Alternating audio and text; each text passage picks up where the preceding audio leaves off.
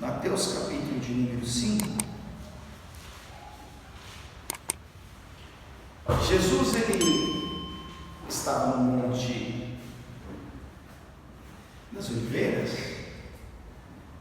A multidão se aproxima dele, então ele vai a um lugar mais alto, os discípulos vão sentar ao seu redor. Então Jesus, ele vai pregar o seu sermão mais conhecido. Eu sempre digo que o sermão da montanha, que está registrado no capítulo 5, 6 e 7 de Mateus, é o sermão que contém o compêndio doutrinário da igreja. Ali Jesus, ele vai ensinar os seus discípulos. A verdade é que Jesus preparava aqueles homens, porque a missão de expandir o reino seria deles. O Espírito Santo iria usar a vida deles. Eles deveriam levar a mensagem adiante. Jesus seria crucificado. Após ser julgado, ele entregaria sua vida para o resgate de muitos. Ele ressuscitaria ao terceiro dia, ele ascenderia aos céus.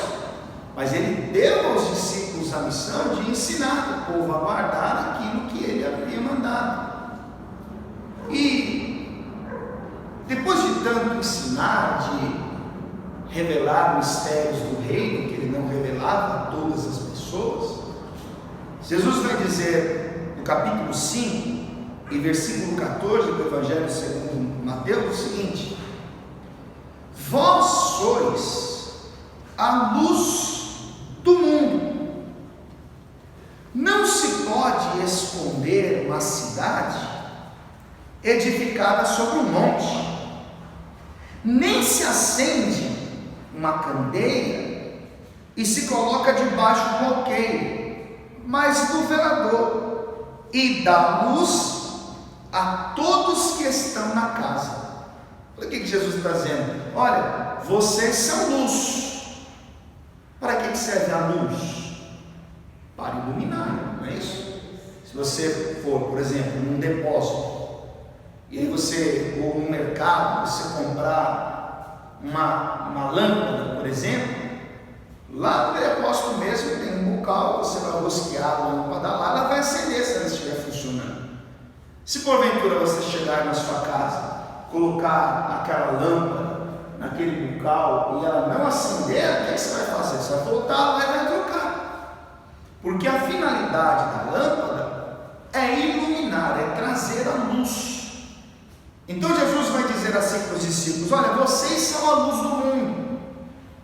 Não tem como esconder uma cidade edificada no monte. Por quê? Porque a cidade que está edificada no monte, ela pode ser vista de diversos pontos da cidade, porque ela está em um lugar alto.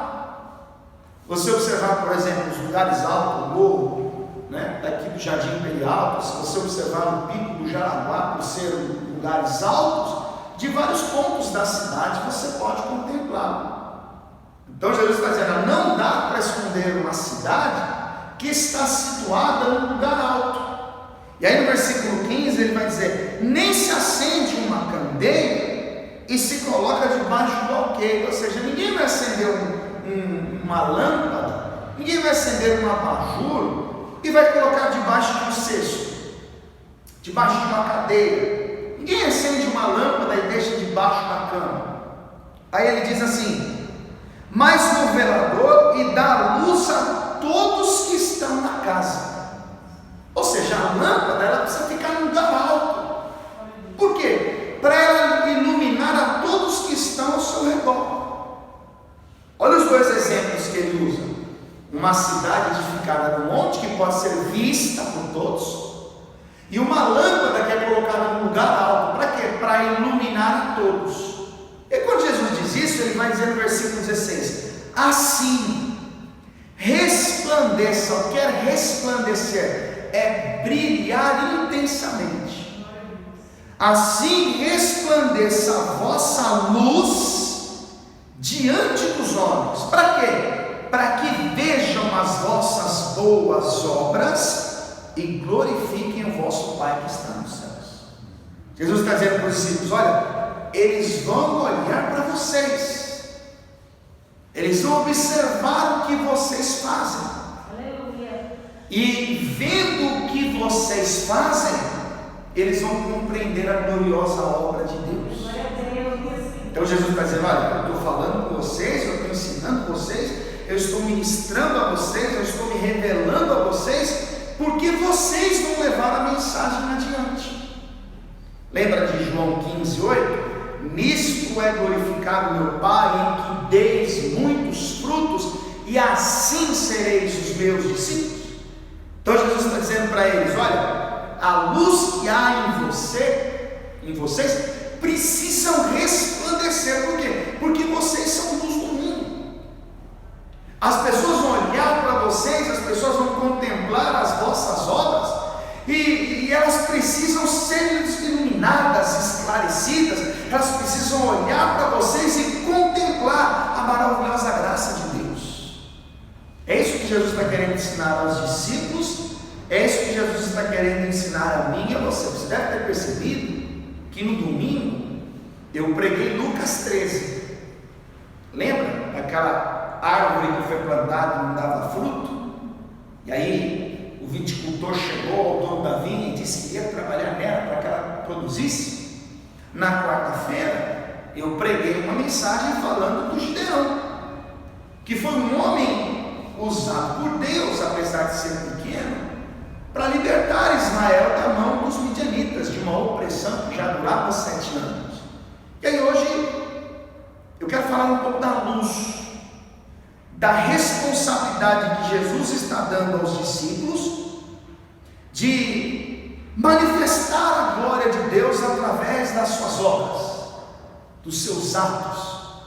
Jesus os chamou para resplandecer, para que a luz que há neles mostre para aqueles que os observam que Deus existe, que Deus regenera o homem, que Deus transforma o homem. A intenção de Jesus é mostrar: olha, através da vida de vocês, aqueles que estão em trevas, quando verem a luz brilhar, eles virão também para a maravilhosa luz que há em vocês. Curva a sua cabeça e feche os teus olhos, por favor.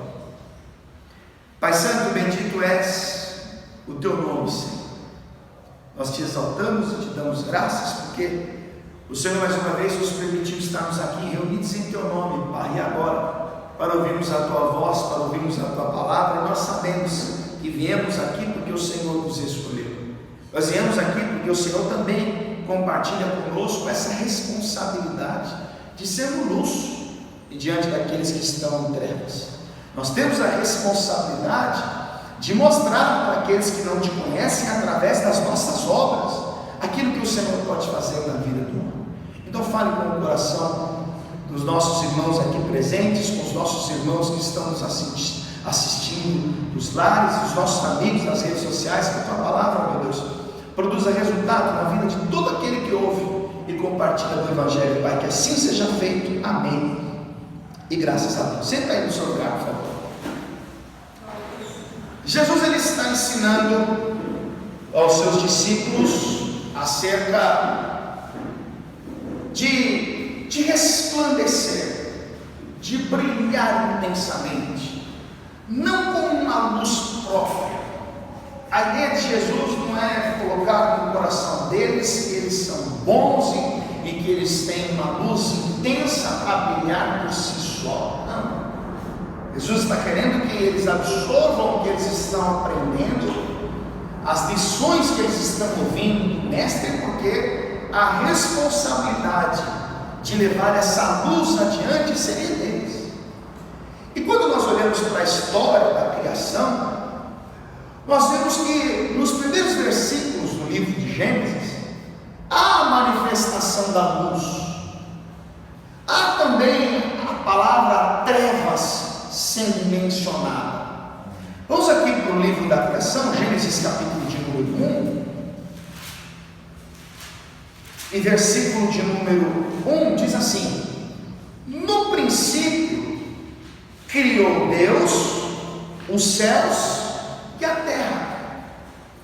Você sabe, eu já disse isso uma vez, que a teologia ensina que sempre quando o nome de uma pessoa é mencionado pela primeira vez na Escritura, no texto contém a principal característica daquele que é mencionado. No princípio criou Deus, ou seja, a principal característica do Pai é criação, Criador. Ele criou os céus e a terra. E se você olhar os versículos seguintes, com o poder da sua palavra, Deus, como diz o Salmo 33, versículo 9, Ele mandou e tudo se fez. Ele ordenou e tudo se formou. Porém, o versículo de número 2 está escrito assim: e a terra era sem forma e vazia, e havia trevas sobre a face do abismo. Olha só, no princípio criou Deus os céus e a terra.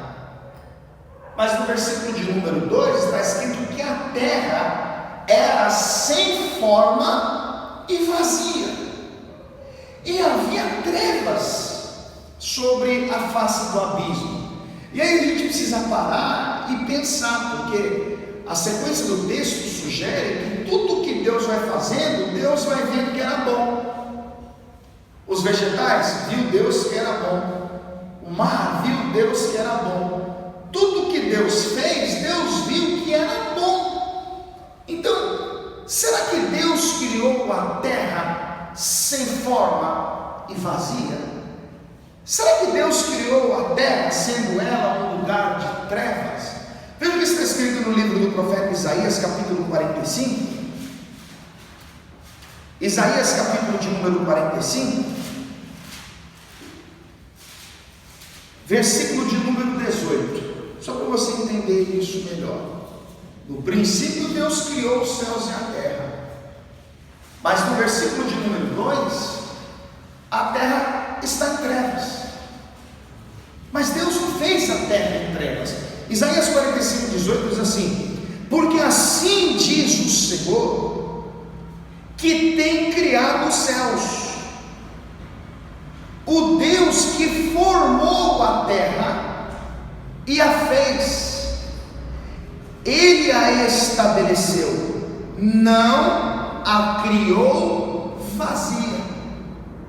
Mas o versículo 2 de Gênesis 1 diz que a terra era sem forma e vazia.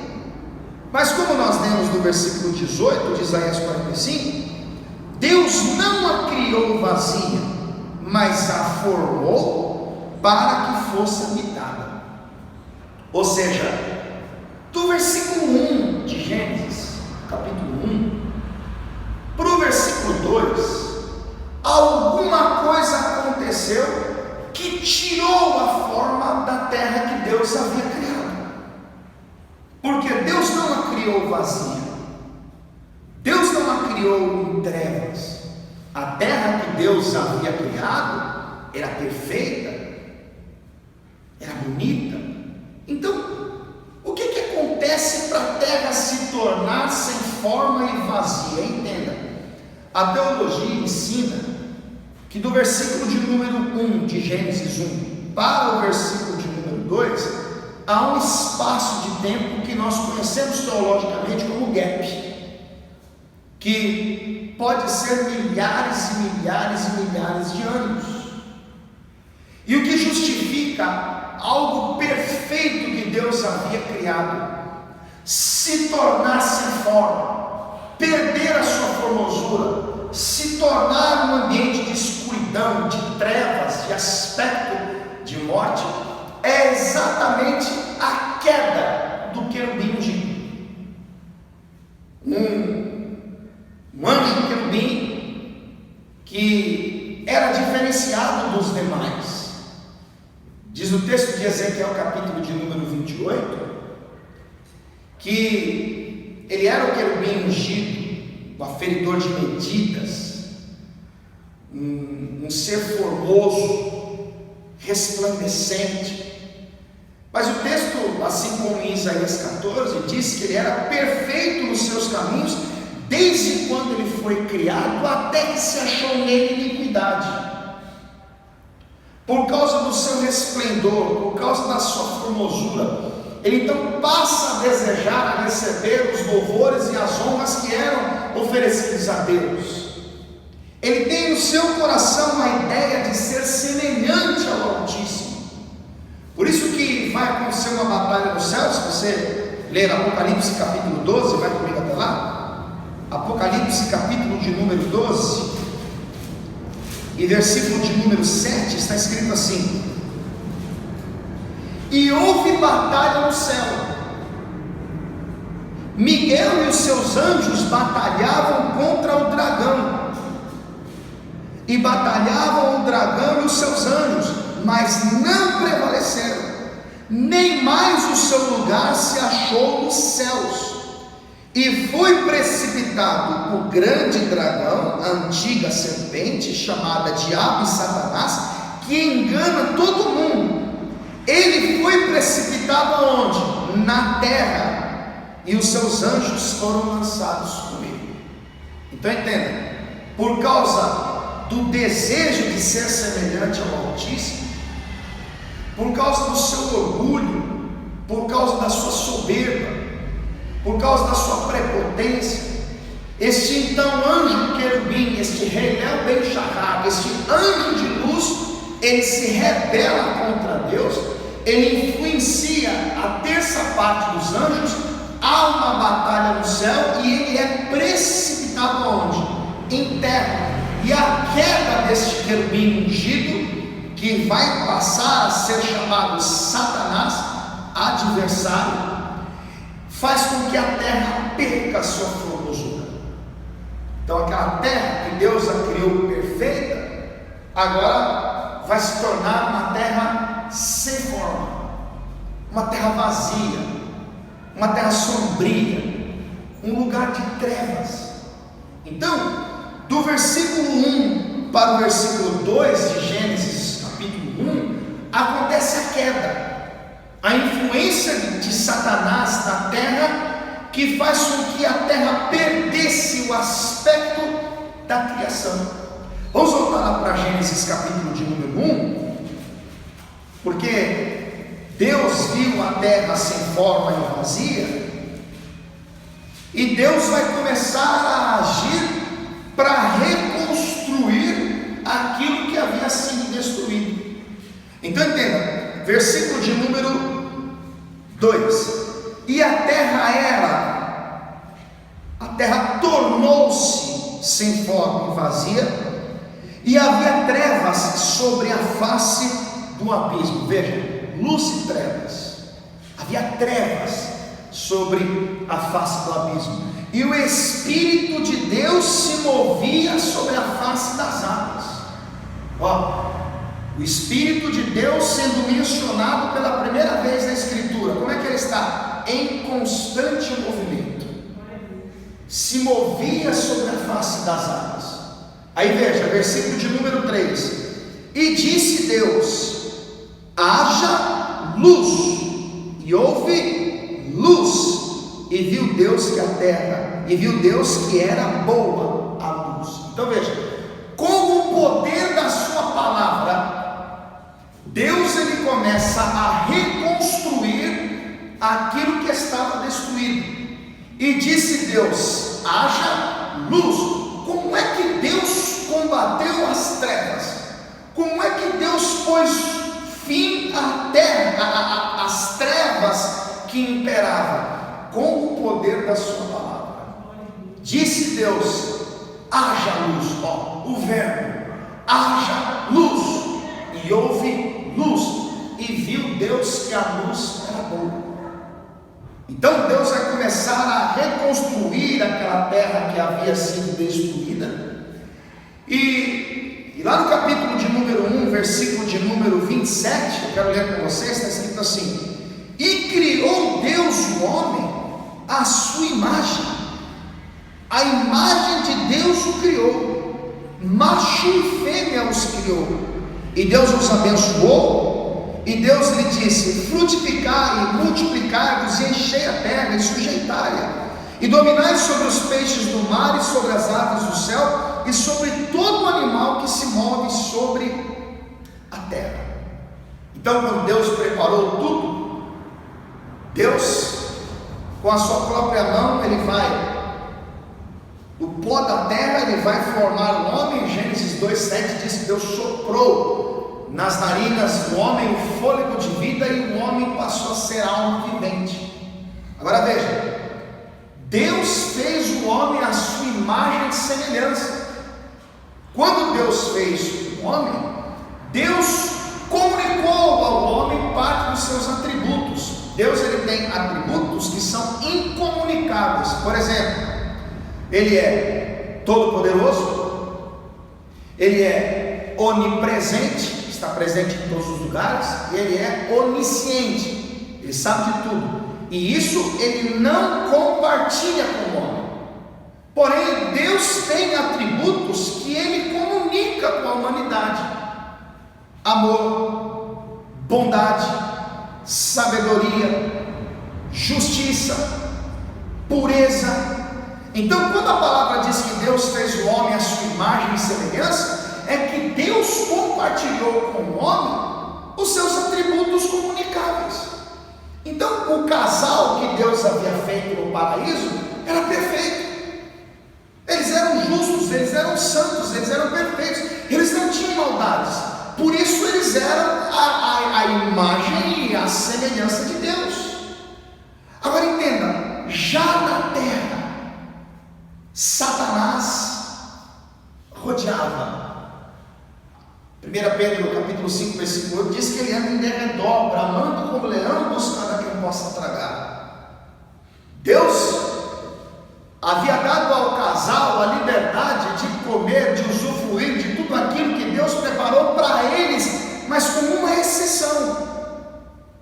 Daquela árvore do conhecimento do bem e do mal, eles não poderiam comer, porque Deus diz em Gênesis 2,16 que no dia em que eles comessem, certamente eles iriam morrer.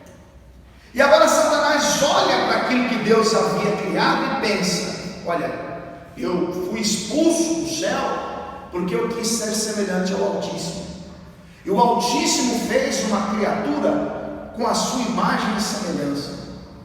E aí vai acontecer lá no capítulo 3 de Gênesis a tentação, quando personificada na serpente aparece até aquela mulher e começa a dialogar com a mulher e coloca na mente dela, no coração dela, o desejo de pecar, de agir contra o mandamento que Deus havia ordenado.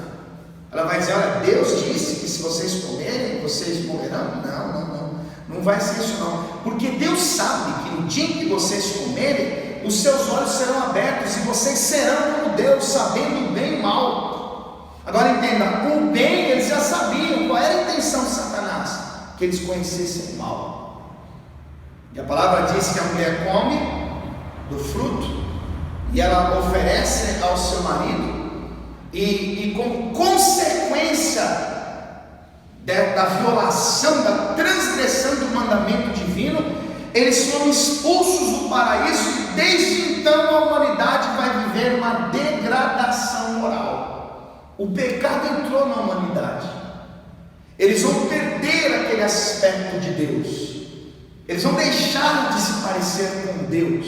E se você observar a história, os filhos de Adão e Eva, Caim vai tirar a vida do próprio irmão, e aí eles vão começar a mentir, eles vão começar a agir de maneira maligna, eles vão começar a sentir ódio, sentir inveja, e a humanidade ela vai se multiplicando, mas sem o aspecto da criação. O homem vai se tornar uma criatura astuta, maligna, perversa. Se você observar aqui o capítulo de número 6 de Gênesis, e versículo de número 5, está escrito assim: e viu o Senhor que a maldade do homem se multiplicara sobre a terra, e que toda a imaginação dos pensamentos de seu coração era só má continuamente. Então imagine Deus olhando o homem que foi feito para para ser puro, para ser justo, para ser misericordioso, para ser santo, para ser a sua imagem e semelhança. E Deus olha para o homem é injusto, ao invés de amar o homem odeia, ao invés de ser santo é profano, ao invés de ser espiritual é carnal. Deus se entristeceu, porque mais uma vez aquilo que Deus fez perfeito perdeu a sua forma, perdeu a sua formosura. Mais uma vez aquilo que Deus fez que era bom, agora já não é mais bom. Aí olha o versículo de número 6, diz assim: então arrependeu-se o Senhor de haver feito o homem sobre a terra, e pesou-lhe em seu coração. Ou seja, esse sentimento deixou Deus triste. Deus olha para o homem e vê as atitudes do homem, Deus vê o coração do homem, Deus começa a observar do que o homem era capaz de fazer, das suas más obras, dos seus maus pensamentos, dos seus homicídios, dos seus adultérios, das suas mortes, das suas invejas, das suas inimizades. Deus viu que o homem, cada vez que Deus olhava, percebia que aquela maldade se multiplicava, e Deus ficou muito triste, porque o homem perdeu a sua forma. Olha o versículo 11 de Gênesis 6, diz assim: a terra, porém, estava corrompida diante da face de Deus, e encheu-se a terra de violência. E viu Deus a terra, e eis que estava corrompida, porque toda a carne havia corrompido o seu caminho sobre a terra. Ou seja, a humanidade passou a ser governada pelas trevas. Eles viviam em escuridão. Toda pessoa que anda sem Deus, em desobediência a Deus, toda pessoa que não tem relação com Deus, ela vive uma escuridão, ela vive uma vida de trevas. E quando você olha para a história de Israel, você vai perceber que sempre quando o povo se rebelava contra Deus, sempre quando eles desprezavam os profetas que repreendiam o povo acerca das suas más obras, o povo era dominado por povos pagãos. Sempre quando eles endureciam o coração, eles se tornavam escravos, ora dos filisteus, ora dos midianitas, como no caso de Juízes 6. Você observar o capítulo 9 de Isaías capítulo de número 9, eu quero ler com você o versículo de número 1, porque nessa ocasião o povo vivia mal. Quem era esse povo, pastor? Eram os descendentes de Abraão, eram os descendentes daquele povo que Deus resgatou como um forte do Egito. Deus deu a terra para eles, Deus cumpriu todas as promessas, Deus abateu os inimigos, Deus deu a eles vitória contra exércitos que eram mais fortes do que eles. Mas houve um certo momento em que eles começaram a se entregar aos desejos do coração, se tornaram um povo vaidoso, começou a desprezar a Deus, começaram a infiltrar práticas pagãs no culto que era oferecido a Deus. E Deus levantava profetas para repreender, para exortar, para colocar o povo na direção correta, mas eles estavam com o coração duro. Então Deus permitiu que Nabucodonosor invadisse Judá, destruísse os muros da cidade, incendiasse as casas e levasse o povo cativo para a Babilônia, lugar onde eles vão amargar a vida, se lamentar por 7 décadas.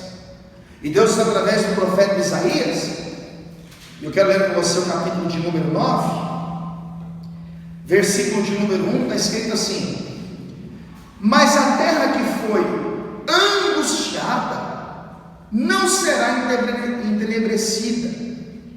Ele envileceu, ou seja, humilhou nos primeiros tempos a terra de Zebulon e de Naftali, mas nos últimos a enobreceu junto ao caminho do mar. E enobrecer é tornar nobre, honrar. Ou seja, Deus está mostrando que uma terra que foi humilhada, uma terra que viveu em desgosto, uma terra que viveu em trevas, futuramente seria honrada, seria uma terra nobre, uma terra abençoada. Veja, ao caminho do mar, além do Jordão, a Galiléia dos gentios. Agora olha 2, Isaías 9:2. O povo que andava em trevas. Quem era o povo que andava em trevas? O povo que virou as costas para Deus, o povo que não buscava a Deus, O povo que abandonou as coisas de Deus por causa da sua vaidade. E entenda, o significado de trevas é a ausência de luz. E em 1 João capítulo 1, versículo 5, diz que Deus é luz e não há nele trevas nenhuma.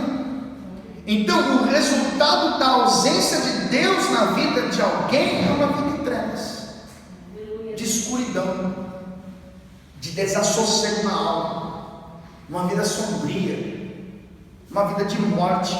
Olha o versículo de número 2: o povo que andava em trevas viu uma grande luz, e sobre os que habitavam na região da sombra de morte resplandeceu a luz. Qual é a promessa que Deus está fazendo?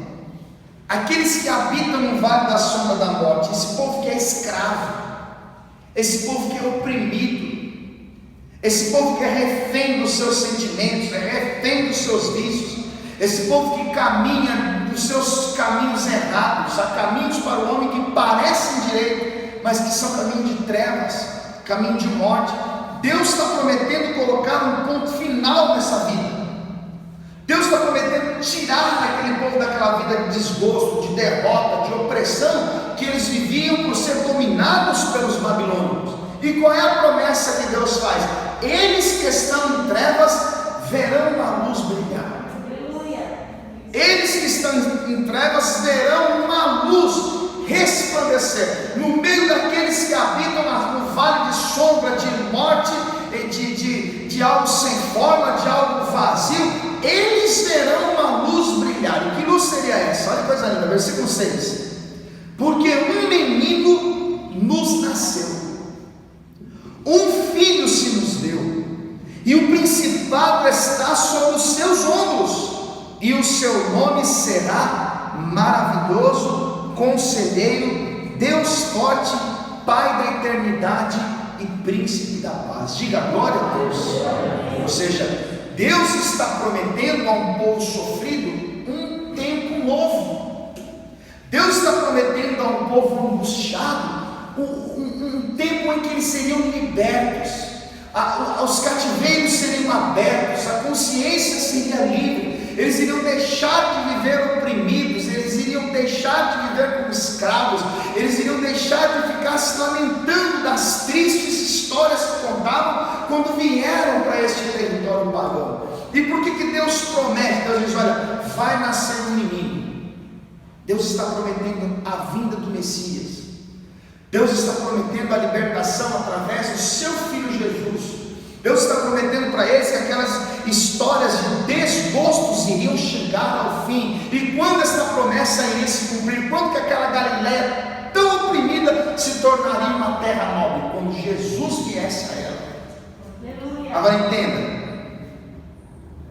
a estratégia do diabo, aquele que fez com que a terra ficasse sem forma vazia, a estratégia daquele que convenceu a mulher a pecar contra Deus, e consequentemente o homem pecou, e eles caíram, e a humanidade viveu uma degradação moral. A estratégia do diabo é exatamente não permitir que esta luz brilhe, porque ele trabalha para continuar exercendo o governo sobre a vida daqueles que estão oprimidos, para que eles continuem não acreditando em Deus, para que eles continuem buscando a felicidade através da busca pelo prazer, para que eles continuem vivendo como se Deus não existisse, como se a história de Jesus fosse só um mito. E ele trabalha para que o Evangelho não seja pregado, ele trabalha para que as pessoas não conheçam o Evangelho. Tanto que Paulo, em 2 Coríntios capítulo 4, 2 Coríntios capítulo 4, olha o que está escrito no versículo de número 3, 2 Coríntios capítulo 4, versículo 3, está escrito assim: mas se ainda o nosso Evangelho está encoberto, para os que se perdem está encoberto, nos quais o Deus deste século, e observe, Deus com letra minúscula se refere a uma divindade pagã, porque quando é Deus, o Senhor e Yahvé, o Todo-Poderoso, a letra é maiúscula. Então o que Paulo está dizendo? Se o Evangelho está encoberto para quem? Para aqueles que se perdem, nos quais Satanás, o Deus pagão deste século, 1 João 5,19 diz que o mundo todo está no maligno, cegou os entendimentos dos incrédulos, para que não lhes resplandeça a luz do Evangelho da glória de Cristo, que é a imagem de Deus. Então qual é a estratégia do diabo? Presta atenção. A estratégia do diabo não é convencer uma pessoa a ir para uma religião pagã, para uma seita qualquer, nada. A pessoa só não pode ouvir o Evangelho. Por quê? Porque o Evangelho é lâmpada para os nossos pés e luz para o nosso caminho. Eu cito sempre o Salmo 119, no versículo 130, diz assim, a exposição das tuas palavras dá luz e entendimento aos simples. Quando é que a luz resplandece? Quando o Evangelho é pregado, quando a nossa consciência é iluminada, quando o Evangelho se torna claro, quando conhecemos a verdade nos liberta, quando compreendemos o plano de Deus para a nossa redenção, para a nossa salvação, quando entendemos que Deus provou o seu amor para conosco, em quem enviou o seu Filho para morrer pelos nossos pecados, sendo nós ainda pecadores. E para o diabo não é interessante que as pessoas conheçam isso. Para o diabo é interessante que isso fique encoberto. Por isso que existem tantas e tantas igrejas por aí pregando um evangelho fantasioso, um evangelho sem luz, sem direção de Deus. E por isso que as pessoas não são libertas, porque a libertação vem pelo conhecimento da verdade. Porque uma vez que o Evangelho é pregado com Cristo sendo o centro da mensagem do Evangelho, o pecador se converte, o cativo é liberto, o perdido é salvo. O que Deus está fazendo exatamente agora aqui em nosso meio? Acendendo uma luz, nos mostrando verdades, e o diabo trabalha para combater isso. Por isso que, se você perguntar para a maioria das pessoas que estão viciadas em drogas, em álcool, em prostituição, em jogatina, em qualquer mais, elas vão duvidar do que você ensina. Elas vão oferecer resistência para acreditar. Por quê? Porque o diabo encobre a verdade. Porque o diabo não quer que os tais sejam libertos. Por isso que Paulo vai dizer: se o Evangelho está encoberto para os que se perdem, nos quais o Deus deste século cegou o entendimento deles. Para quê? Para que não resplandeça a luz do Evangelho da glória de Cristo, para que eles não conheçam a verdade, para que eles não sejam alcançados por ela. A promessa que Deus havia feito à nação de Israel vai se cumprir quando Jesus vem à terra. Vá comigo aqui para o Evangelho segundo o apóstolo João, capítulo de número 1. Evangelho segundo João, capítulo de número 1, versículo de número 1. Olha que coisa linda. João capítulo 1, versículo 1 diz assim: no princípio era o Verbo, e o Verbo estava com Deus, e o Verbo era Deus. Ele estava no princípio com Deus. Todas as coisas foram feitas por Ele, e sem Ele nada do que foi feito se fez. Nele estava a vida, e a vida era a luz dos homens, e a luz resplandece nas trevas, e as trevas não a compreenderam. Para aqueles que se perdem, o Evangelho está encoberto. São aqueles que não acreditam na mensagem da cruz.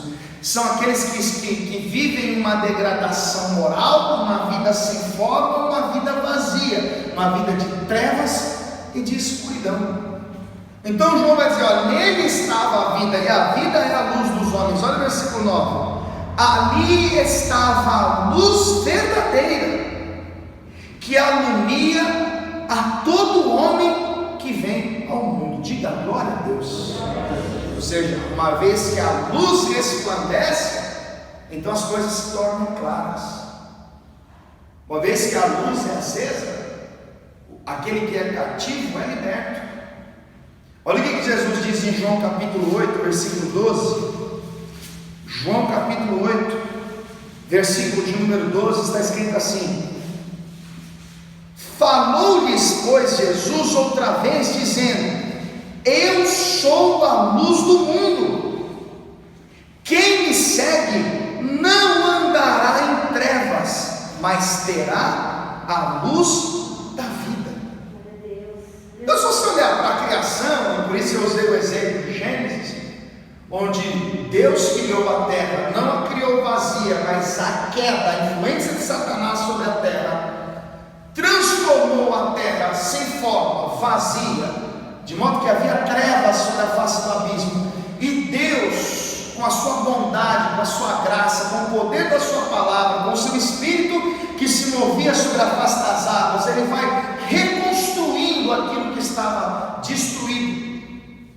Nós vemos através de Gênesis capítulo 1 o esboço daquilo que Deus faz na vida do homem, que por consequência do seu pecado vive uma vida de trevas, de escuridão, de domínio de espíritos imundos, que o impulsiona a viver na escravidão do pecado, distante de Deus. A recompensa do pecado é a morte. A iniquidade causa uma separação entre o homem e Deus. Então Deus olha para a humanidade, vê o homem sem forma, vazio, em trevas, com a sua bondade, com a sua graça, Ele enviou o Verbo. João 1,14 diz que o Verbo se fez carne e habitou entre nós, cheio de graça e verdade.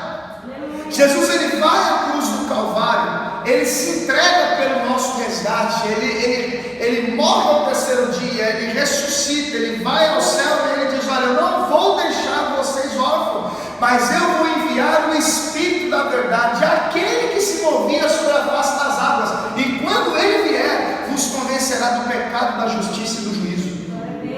Então o Espírito Santo de Deus trabalha para quê? Para que o homem conheça a luz, para que o homem conheça o Evangelho, para que o homem perdido, aquele que anda em trevas, aquele que anda na biqueira, na prostituição, no engano, no roubo, na vida do crime, para que a luz resplandeça sobre ele. Quando você lê Atos capítulo 9, Saulo ia em direção a Damasco com a intenção de prender os cristãos, e diz a palavra que ele foi cercado por um resplendor de luz, e ele ouviu a voz do Senhor.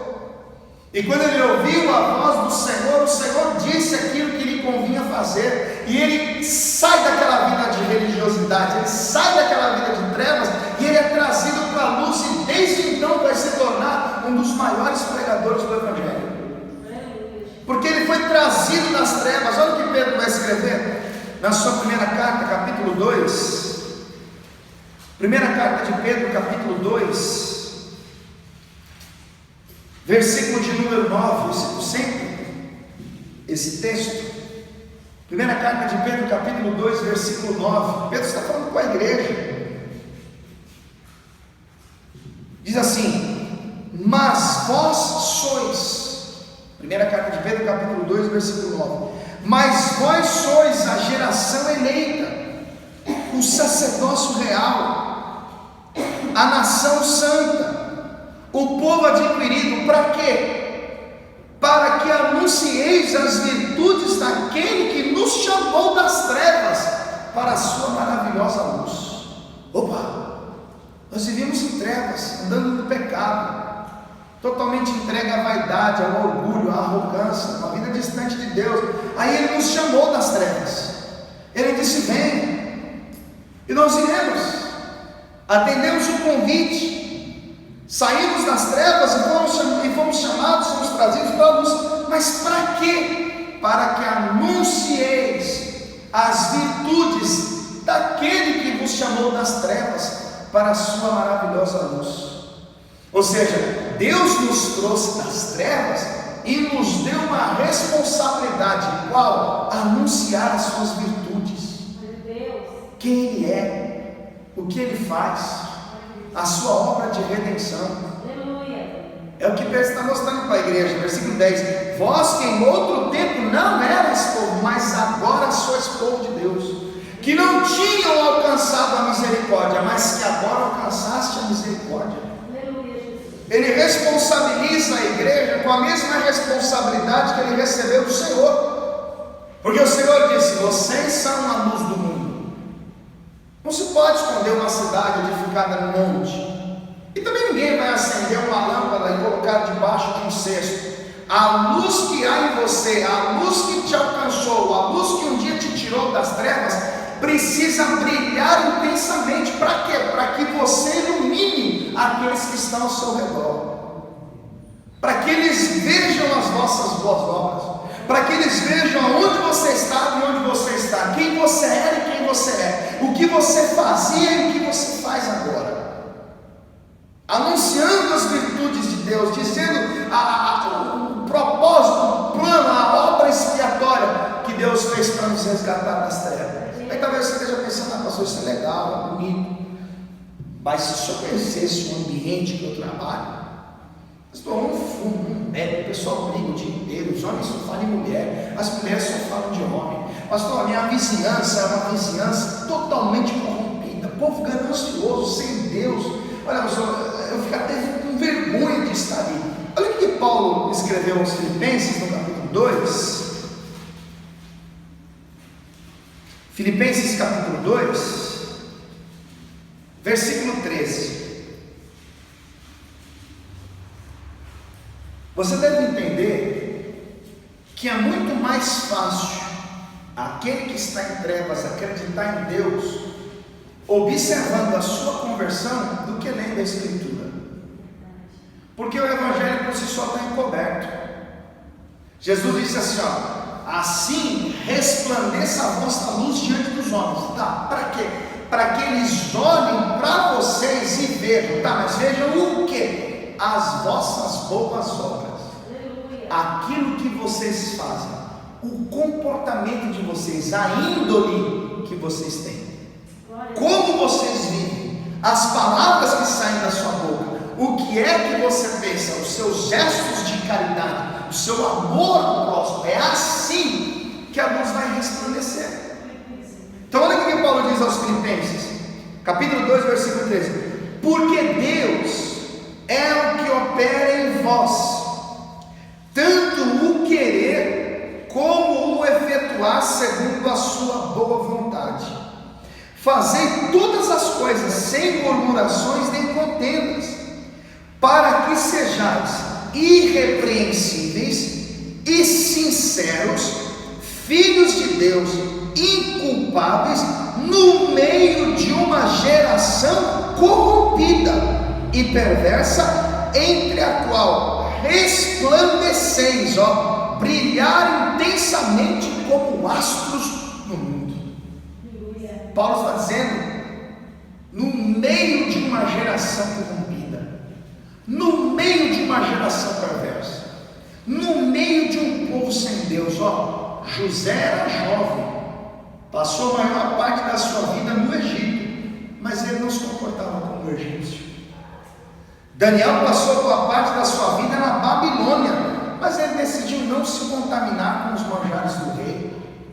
Às vezes Deus nos leva a lugares e nos cerca de pessoas mal intencionadas, não para reproduzirmos as suas obras, não para vivermos como eles vivem, não para fazermos o que eles fazem, falar o que eles falam, mas para sermos luz naquele lugar, para que as pessoas olhem para os nossos bons exemplos, para o nosso testemunho de vida e saibam que Deus continua operando na vida do homem, que Deus continua remindo o pecador arrependido, que Deus continua trazendo aqueles que estão nas trevas para a sua maravilhosa luz. É o que Jesus vai mostrar para os discípulos: olha, vocês são luz, vocês foram chamados para iluminar, vocês precisam resplandecer diante dos homens.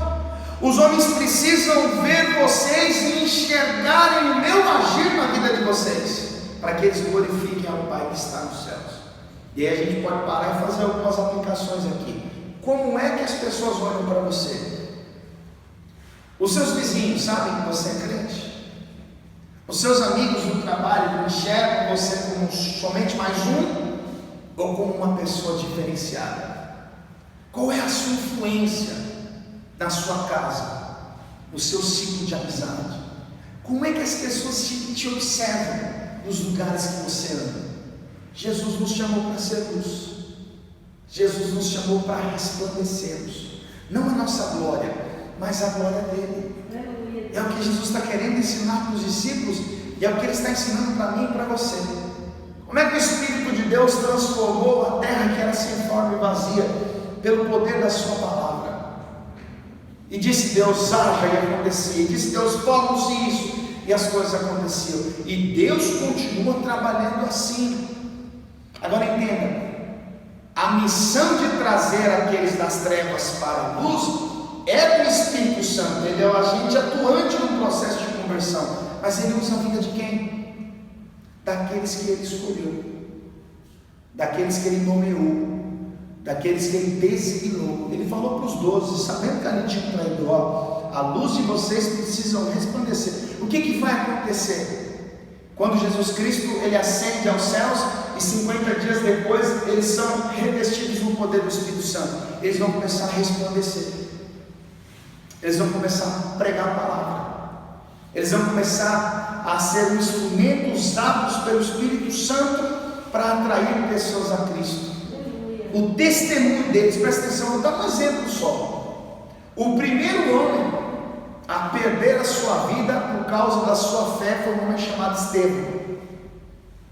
O Estevão, ele foi escolhido para pertencer a um seleto grupo de homens que tinham a missão de cuidar da distribuição de alimentos. Ele era um diácono, mas a palavra de Deus diz que Estevão era cheio de fé, cheio de sabedoria, era um homem cheio do Espírito Santo, um profundo conhecedor da escritura que eles tinham na época. E um dia, assim como os demais, o Estevão é levado perante o Sinédrio para ser julgado, porque o Estevão foi acusado pelos sinais que ele fazia, pela sua mensagem, numa época em que o cristianismo era perseguido. E se você observar o texto de Atos capítulo 6, Atos dos Apóstolos capítulo 6, eu quero ler com você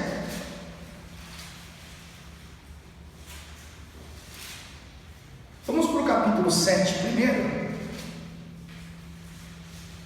versículo de número 55. O que está acontecendo aqui? Os homens estão ouvindo a pregação de Estevão, desde o começo do capítulo 7. Estevão vai fazer um resumo, desde os patriarcas até a crucificação de Cristo. E Estevão vai responsabilizar os seus ouvintes de terem crucificado aquele que o Senhor enviou, dizendo que eles eram homens de duro coração, e eles olhavam para Estevão rangendo os dentes contra ele. E o texto diz que eles vão apedrejar Estevão. Olha o que está escrito no versículo de número 54, Atos capítulo 7, versículo 54. E ouvindo eles isto, enfureciam-se em seu coração e rangiam os dentes contra ele. Mas ele, estando cheio do Espírito Santo e fixando os olhos no céu, viu a glória de Deus e Jesus que estava à direita de Deus. Enquanto os homens criticavam, enquanto os homens queriam atirar pedras, enquanto rangiam os dentes contra ele, ele olhava para o céu, ele olhava para Deus, ele via a glória de Deus. Então já começa a pegar umas coisas para você. Para você fazer a diferença no meio de uma geração corrompida, meu irmão, aprenda a lidar com as críticas. Ninguém tira pedra em árvores que não dá fruto. Quando as pessoas começam a falar mal de você por causa da sua fé, é indício de que você está no caminho certo. As pessoas não estavam criticando Estevão por ele ser um homem de mau caráter, mas por causa da luz que resplandecia nele. E eu vou te mostrar isso já já. Aí, olha o versículo de número 59. E apedrejaram a Estevão, que em invocação dizia: Senhor, recebe o meu espírito. Estevão está imitando Jesus, porque se você ler Lucas 23, 46, foi exatamente o que Jesus fez quando estava prestes a morrer. Nas tuas mãos eu te entrego o meu espírito. Aí olha o versículo 60. e pondo-se de joelho, clamou com grande voz: Senhor, não lhes imputes este pecado. Ou seja, Estevão está pedindo a Deus perdão pelos males causados por aqueles homens, exatamente como Jesus fez em Lucas 23:34, pedindo perdão. Pai, perdoa, eles não sabem o que eles estão fazendo. Agora entenda, a palavra diz que Jesus é a luz do mundo, certo? João vai dizer que ele é a luz que ilumina todo homem. E aí Jesus diz assim: olha, assim resplandeça a vossa luz. Como é que a luz de Jesus resplandece em nós? Quando nós imitamos aquilo que ele faz. E é o que Estevão vai fazer. Tanto que aqui no capítulo 6, versículo 15, olha o que está escrito. Atos capítulo 6, versículo 15. Então todos os que estavam assentados no conselho, fixando os olhos nele, viram o seu rosto como o rosto de um anjo, porque o rosto de Estevão resplandecia. As pessoas olhavam para ele e diziam: ele não é um homem qualquer, ele não é uma pessoa qualquer. Olhavam para ele e entenda, Estevão estava prestes a morrer, mas as pessoas olhavam para ele. Se você olhar o capítulo de número 8, versículo 1 de Atos, Paulo consentiu na morte de Estevão. Como assim consentiu? Porque no final do capítulo 7 de Atos, enquanto os homens atiravam pedras em Estevão para matá-lo, um jovem chamado Saulo segurava as vestes deste homem. E este jovem chamado Saulo consentiu na morte de Estevão. E quando Paulo está depondo no Sinédrio, depois de convertido, ele vai dizer que quando o Estevão era apedrejado, ele consentia na sua morte. Então veja, o primeiro mártir, o primeiro homem que perdeu a vida por causa da sua fé, ele teve o seu testemunho usado para a edificação de um homem que viria se converter e se transformar no maior missionário da história da igreja, porque a luz que havia nele resplandeceu. Saulo olhava para aquele homem sendo apedrejado, mas ele não negava a sua fé, ele não mudou o seu conceito, ele não mudou a sua fé mesmo diante da morte. Então, quando a palavra diz que nós temos que resplandecer, não é sair se exibindo porque Deus deu a oportunidade de comprar um carro novo, ou contando um testemunho porque realizamos o sonho da casa própria, não. É sustentar a nossa fé ainda que custe a nossa vida. É exaltar o nome de Deus mesmo levando pedradas. É observar as pessoas nos criticando, falando mal e agindo contra nós, e ainda assim termos postura de homens e mulheres de Deus. É assim que a luz vai resplandecer. Por isso que Pedro vai dizer na sua primeira carta, capítulo 4, versículo 11: não estranhem a ardente prova que vem sobre vocês como se fosse coisa estranha, mas alegrem-se por serem participantes das aflições de Cristo, para que também pela revelação da sua glória vos regozijeis e alegrareis.